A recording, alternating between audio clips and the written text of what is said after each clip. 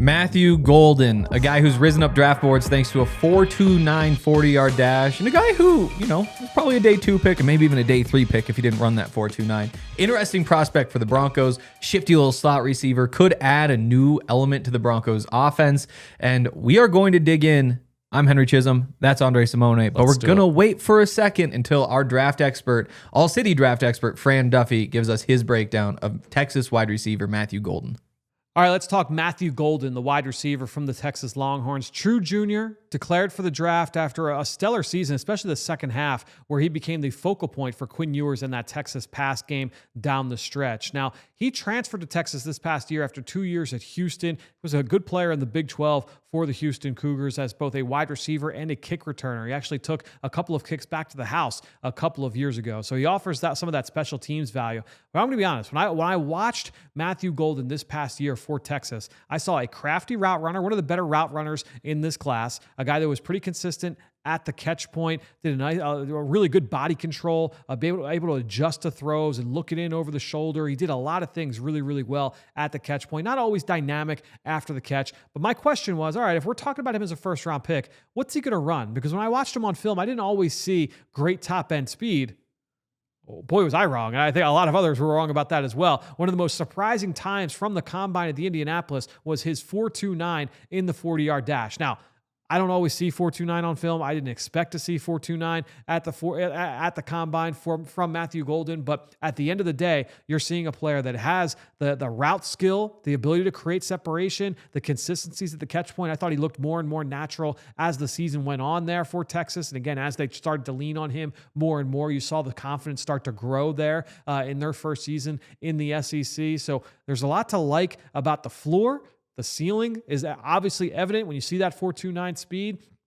When I watched him, he kind of reminded me a little bit of a Chris Olave when Olave was at Ohio State. I thought Olave showed a little bit more juice on film than what you saw from Golden. He reminded me in some ways of like an Amari Cooper. So there's some high-end comps that you can make there. But you could also say, okay, maybe he's more of the pure possession type. I think of like a Jordan Addison, who was a first-round pick out of USC by the Minnesota Vikings and has had a nice start to the year. But Addison, he's more that number 2 type, opposite of a Justin Jefferson, right? So I think when you're looking at Matthew Golden, is he an ideal wide receiver 1?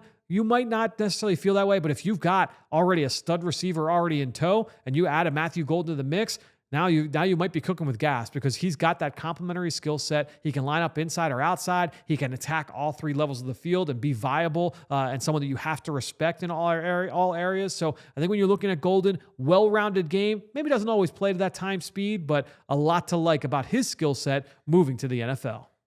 Shout out to Fran for a great breakdown. If you want more of those great breakdowns, you can go to thednvr.com where you can check out his draft guide. He's got write-ups on hundreds of different prospects, strengths, weaknesses, heights and weights, of course, comparisons, and some exclusive content with those prospects in there as well. Also, we have our Broncos 100, which you can also check out at thednvr.com. The top 100 prospects for the Broncos in this year's draft. One of them being Matthew Golden.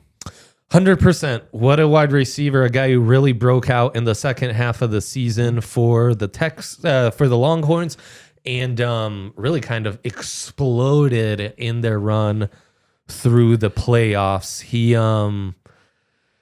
He's really an interesting test case. It was interesting to hear Fran's breakdown where he sees a lot of technical proficiency. Yep.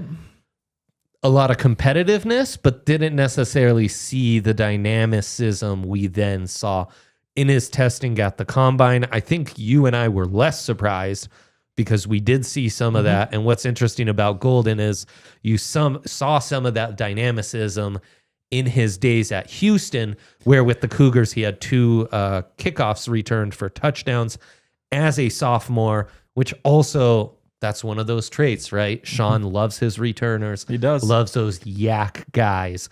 So Golden brings some of that while also showing more kind of technical refinement as a route runner, as a guy who's getting in and out of his breaks, and someone who's adjusting at the catch point and what have you, even for an undersized wide receiver. Yeah, no, and I mean... Yeah, Matthew Golden's just so sharp. I think that's the thing that stands out to me is the combination of just the ability to get open underneath and the ability to get open deep. I mean, all those double moves where he's just getting behind the defense. And on top of that, catching balls outside of his frame. I mean, it's just really it's special stuff, I think. Yeah. And again, the conversation about his actual level of explosiveness is interesting. There's that one clip. The one clip everybody brings up from the Arizona State game where he catches the ball and he's coming across the field and he's trying to turn up the field, and there's all these Arizona State defenders. And you're like, a guy with 4.29 speed should probably be able to outrun that. Outside of that, though, I didn't have that many concerns. I thought he looked really, really fast. So it's interesting. It's also kind of an interesting fit with the Broncos. Yes, that's where I think this convo gets very interesting, because Sean, not typically known for going after undersized speedsters. Yeah. No, it's true. He usually likes those big guys. You think back, Brandon Cooks, he wasn't this small. He's just fast, and that's why he's a reminder. He's actually pretty big. That is a similar comp. Yeah, and I think that's as close as you're going to get. And when you already have, Marvin Mims, undersized receiver, speed receiver, some similarities for sure. Troy Franklin, yeah, he's 6'1", 6'2", but he's 185 pounds. Mm-hmm. I count him as an undersized receiver as well. The Broncos might have already checked this box. Yeah, with my one caveat being, I think he shows up and is immediately the best route runner on the team. Wow. Debatable, but okay. he could be there. I mean, I don't think this is a ready-made Jerry Jeudy, Emeka Egbuka there's another route tier runner, for sure. but it says more about the Broncos, I think. It does. The other thing, I'm so surprised you are all in on Matthew Golden, because usually production, statistical concerns are something that for skill players can really be a sticking point for you. And this guy, he's hardly a one-year wonder. He's almost like a half-season wonder, as he really came along as Isaiah Bond's injuries kind of caught up to him at Texas in the second half of the season, and he kind of emerged as the star for Quinn Ewers' passing attack. 100%. And I think that is the concern. And I think, there have just been a couple of these guys. I think back to like a Henry Ruggs, where it's like I wasn't a Henry Ruggs fan. I was like, he's just fast and this class full of receivers. But then he shows up to the NFL, and before everything goes down with him, you see how that actually does translate and how that is valuable. I do have those concerns. I do also like the fact that he's kind of peaking there at the end. You see the big games down the stretch. 162 yards against Georgia in the conference championship game turns out to be a loss. 149 yards against Arizona State, the double overtime win that sends them to the national championship. It aligns with the Isaiah Bond injury, but in hearing from some Texas fans, they think that was more so Isaiah Bond gets out of the way, so Texas has to realize, like, wait, we have to get the ball to Matthew Golden, something that they should have known before. But how could they when they brought him in as 550 yards the year before at Houston? Yeah. So it's definitely an interesting conversation. And I think to him, the upward trajectory is something I really like, and I think that there's more there. But again, like an Emeka Egbuka, who I think might be pretty close to a finished product, but is pretty safe. I think, it gives you value. And that's where you kind of have to pick your poison with Matthew Golden being a much bigger gamble.